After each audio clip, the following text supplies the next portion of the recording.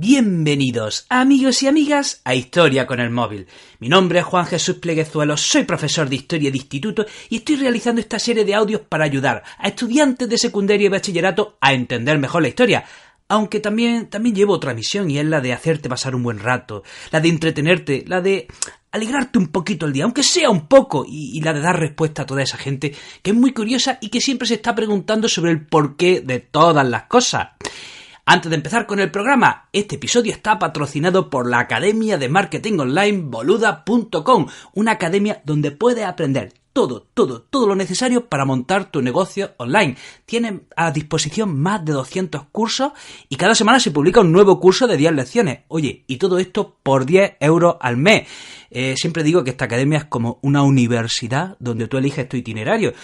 Si quieres aprender a hacer páginas web, tienes cursos que te enseñan a ello. Si quieres aprender sobre marketing, tienes cursos que te enseñan sobre marketing. Que quieres aprender diseño, también tienes cursos que te enseñan a ello. Que quieres aprender sobre productividad, bueno, tienes de todo. Yo esta semana me he hecho el de nomadismo digital y la verdad es que ha sido súper curioso y súper interesante.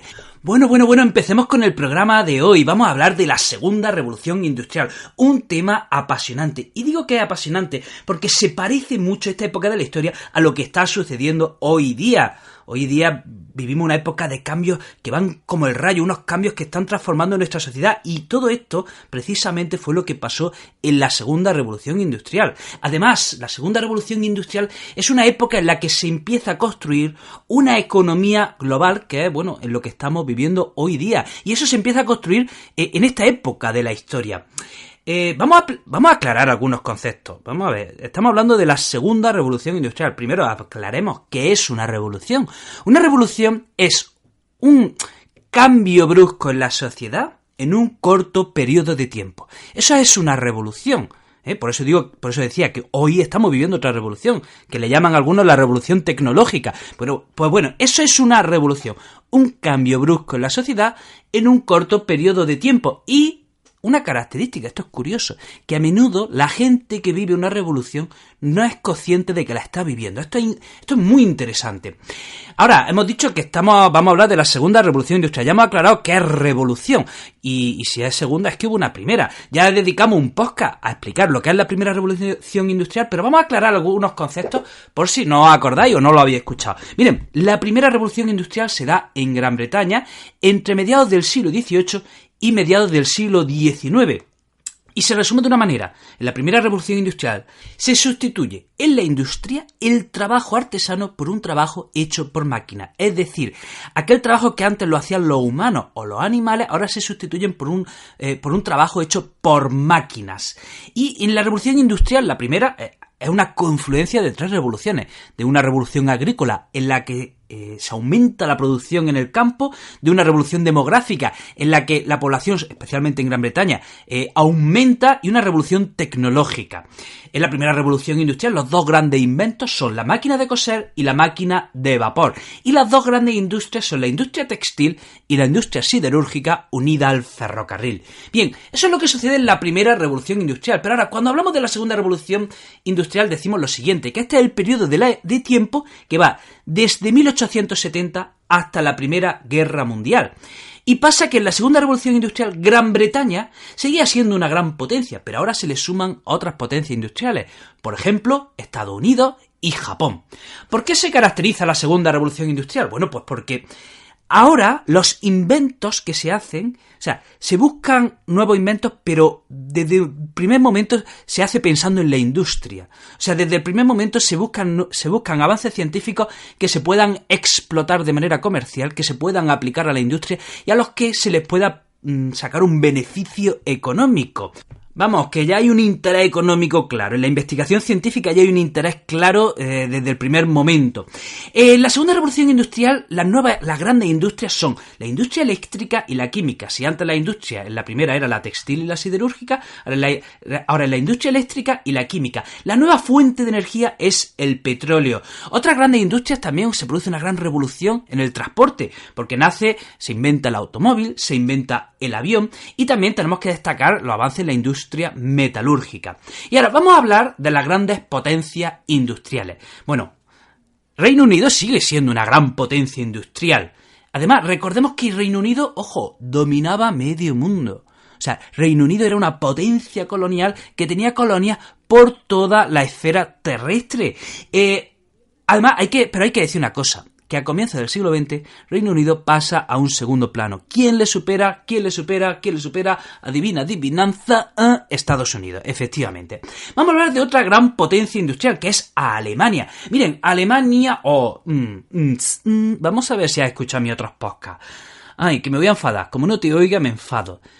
¿Cuándo se unifica Alemania? ¿Cuándo nace Alemania como Estado? Venga, dímelo, no te oigo.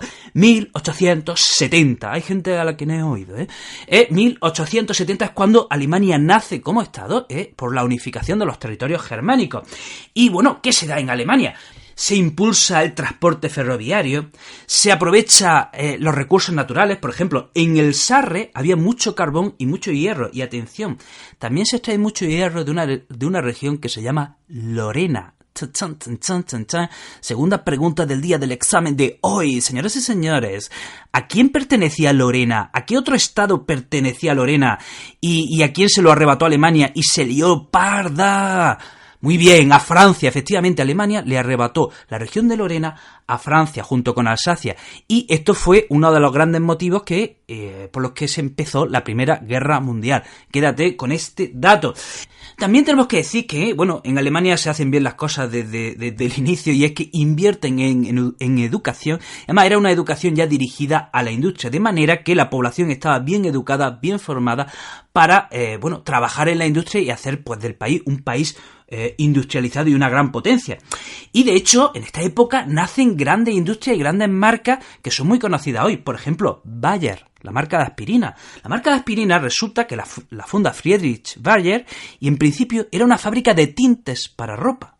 Pero empiezan a investigar en la fábrica, empiezan a investigar con los tintes, crean sus propios laboratorios y, atención, descubren un componente que ayudaba a curarse, ayudaba a curar enfermedades. ¿De qué componente estoy hablando? Del ácido acetil salicílico, conocida popularmente como aspirina. Y este es el inicio de la marca Bayer.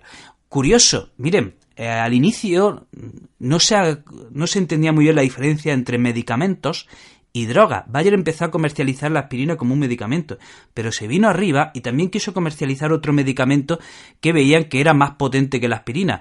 ¿Y saben qué nombre le pusieron a ese nuevo medicamento? La heroína, efectivamente.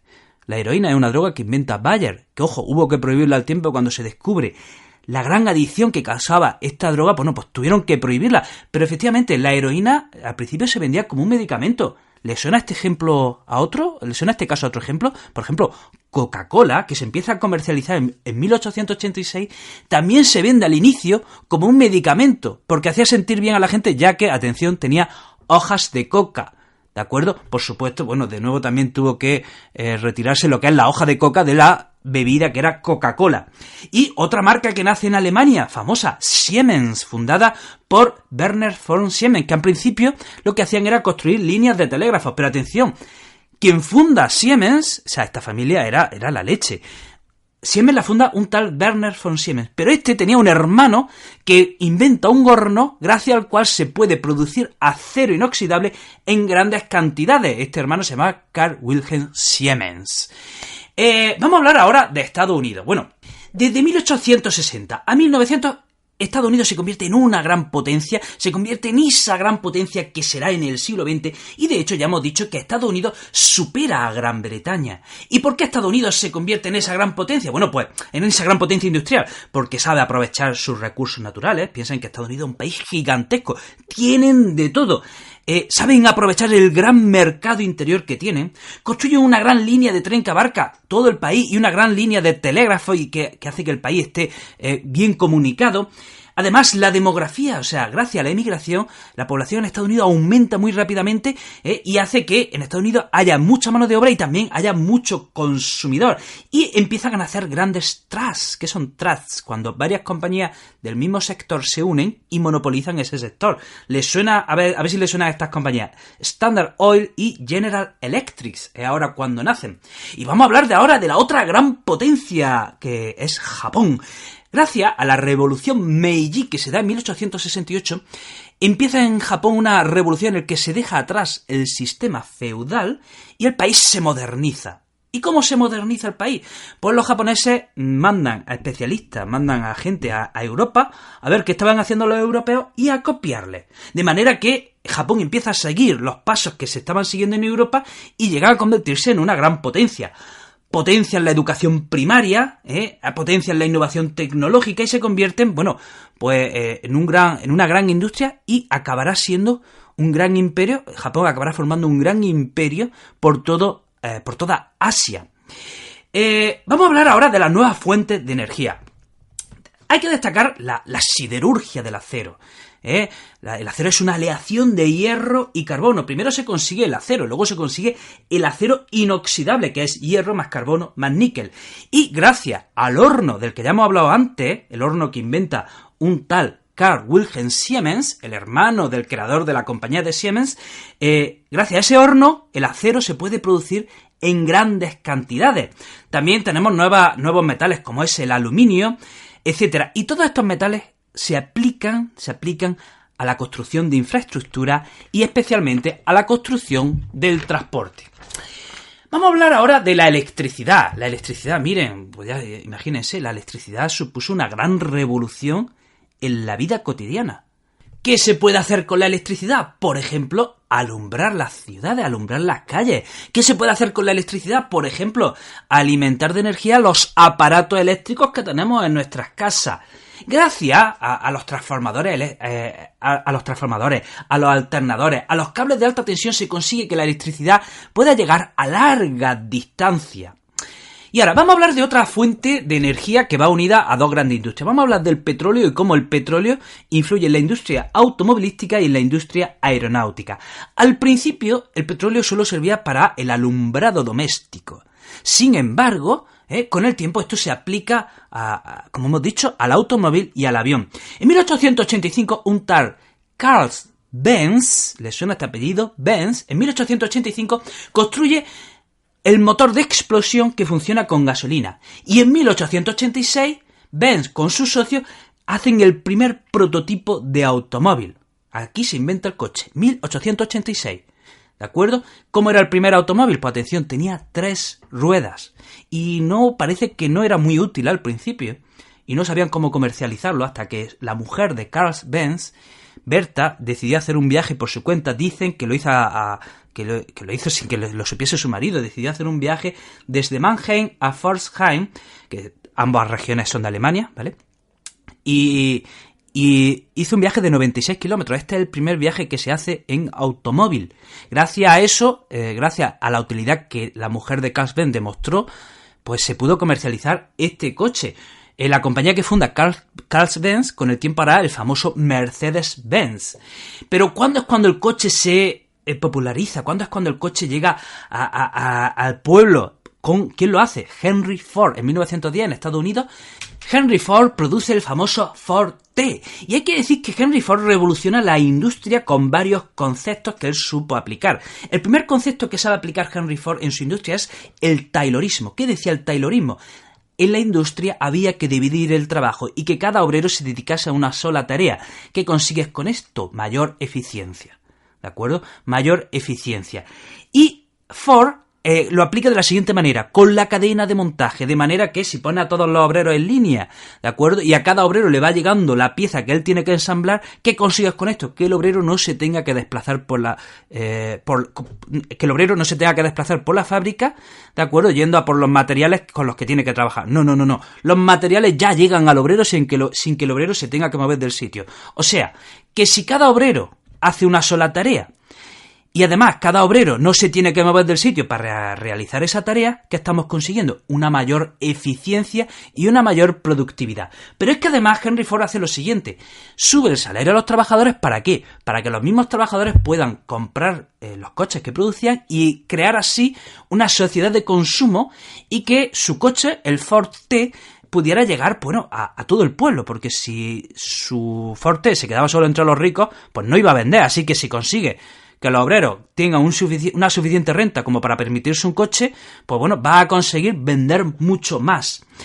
Hay que decir también que el petróleo también se aplica a la aeronáutica. El primer vuelo se da en 1890 por los hermanos Wright.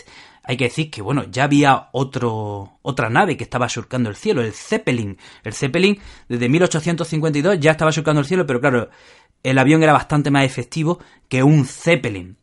Vamos a hablar ahora de la industria química, que también es muy importante por esta fecha. La industria química sirve, por ejemplo, para el abono, para la fabricación de papel, como hemos dicho antes, para la fabricación de medicamentos, para la fabricación de plásticos, para los explosivos, etc. Y ahora vamos a hablar de la revolución en el transporte. Ya hemos hablado de la máquina de vapor, que fue, bueno, pues uno de los grandes inventos de la primera revolución industrial. Y ya en 1807 se aplica la máquina de vapor al barco. Y ya en 1825 se aplica la máquina de vapor al ferrocarril. ¿Qué pasa? Que es ahora, en este periodo, a finales del siglo XIX, cuando el barco a vapor y el ferrocarril a vapor ya se extienden por todo el mundo. El barco acaba sustituyendo el barco a vapor acaba sustituyendo al barco de vela. Y la gran revolución se produce cuando, por ejemplo, en 1869 se abre el canal de Suez. ¿Dónde está el canal de Suez? El canal de Suez está en Egipto. ¿Y qué es lo que se hizo? Conectar el Mediterráneo con el Índico. Y esto es una revolución tremenda, porque si un barco quería llegar desde Europa a la India, por ejemplo, ya no tenía que rodear África. Un barco ya que partiese desde Europa se iba directo por el Mediterráneo, cruzaba el canal de Suez, ¡plin!, y ya estaba en el Océano Índico. Pero es que en 1914 se abre el canal de Panamá, ¿de acuerdo? Y el canal de Panamá conecta el Océano Atlántico con el Océano Pacífico sin la necesidad de rodear América. Y fue el canal de Panamá lo construye Estados Unidos, ¿no? Y bueno, del ferrocarril, hay que decir que el ferrocarril en la segunda mitad del siglo XIX, durante la segunda revolución industrial, ya es cuando se convierte en el gran medio de transporte tanto en Europa como en Estados Unidos, como en otras partes del mundo. ¿Y para qué sirve el ferrocarril? Para transportar, por ejemplo, materias primas, para transportar alimentos, y eso hace que tanto las materias primas como los alimentos bajen de precio, porque ahora ya se podía ir a otra parte de Europa o a otra parte del país a buscar esos alimentos. Vamos a hablar ahora también de la revolución en la comunicación. Se producen en esta época grandes inventos, por ejemplo el telégrafo, el teléfono, el código Morse, y en este punto me parece importante hablar de un señor que se llama Thomas Edison. Miren, Thomas Edison es uno de los grandes genios de la historia. Atención, llegó a tener 1000 patentes, pero hay que decir lo siguiente: parece que sus valores éticos no iban acorde a su genialidad. O sea, Thomas Edison pues tiene la patente del fonógrafo. O sea, el fonógrafo era tanto para grabar sonidos como para producir sonidos. Tiene la patente de la bombilla. Tiene la patente de la corriente continua. Y bueno, y otras muchas más, ¿no? Así hasta 1000. Pero atención, también tiene la patente de la cámara de cine. Y aquí se produce un episodio un tanto turbio. Vamos a comentar qué sucede con esta cámara de cine. Ya se sabía a finales del siglo XIX que si poníamos muchas fotografías continuas y las pasábamos de golpe, aquello se iba transformando en una especie de vídeo, en una imagen animada.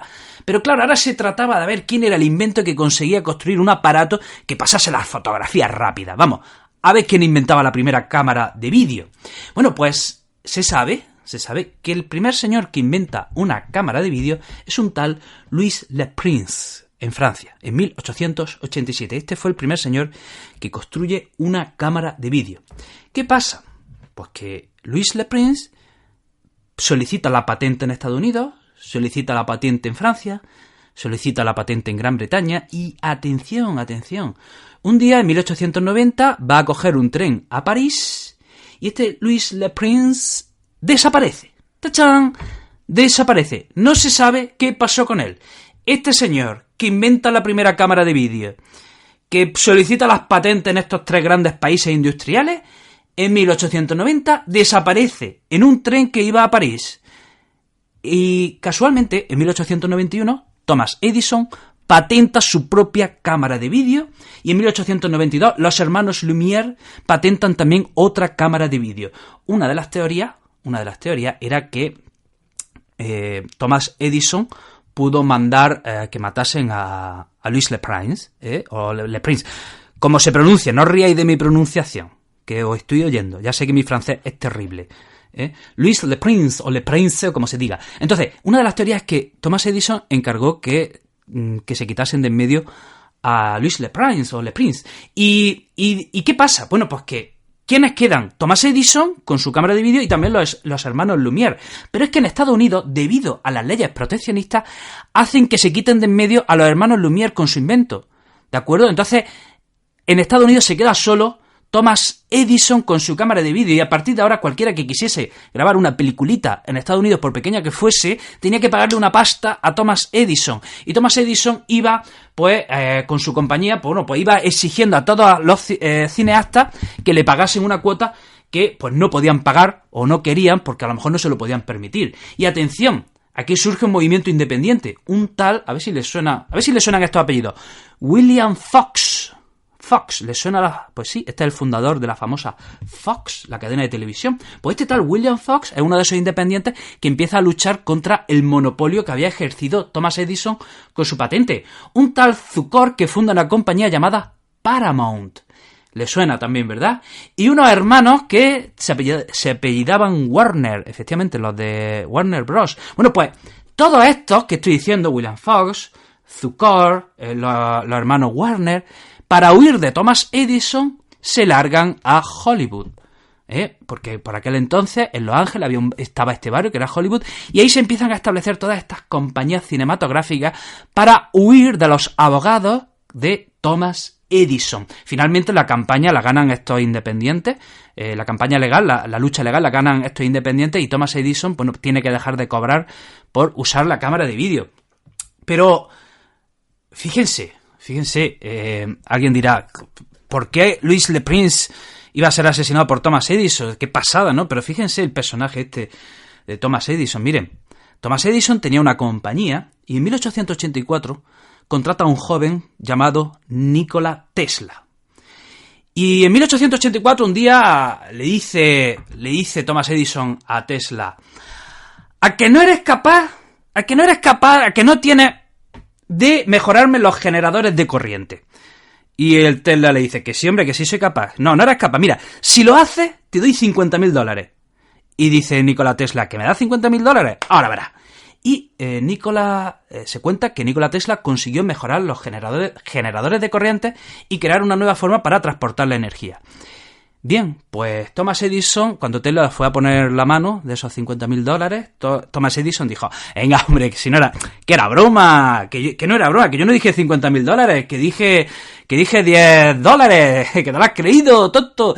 Y Nikola Tesla pilló un rebote y se fue y creó su propia compañía. Y atención, la compañía de Thomas Edison trabajaba con la corriente continua.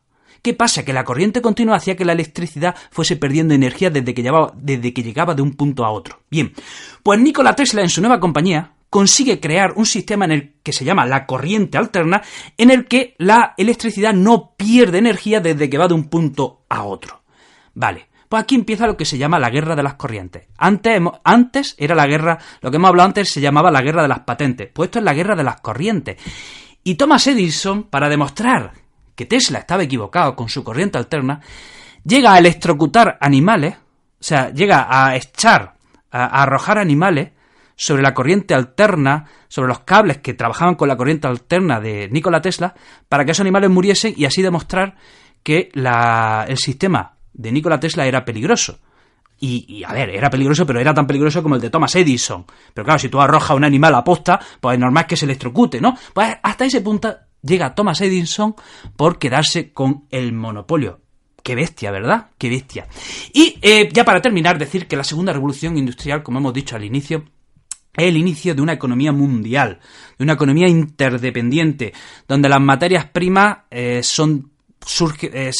pueden extraerse de un país y llevarse a otro para transformarse en otro producto, donde los alimentos pueden adquirirse en otro país y ser transportados por trenes, donde se empieza a crear ya un mercado mundial, donde la inmigración tiene un gran boom. Miren, de 1815 a 1920 emigran 40 millones de europeos, especialmente a Estados Unidos y a algunos países de Latinoamérica.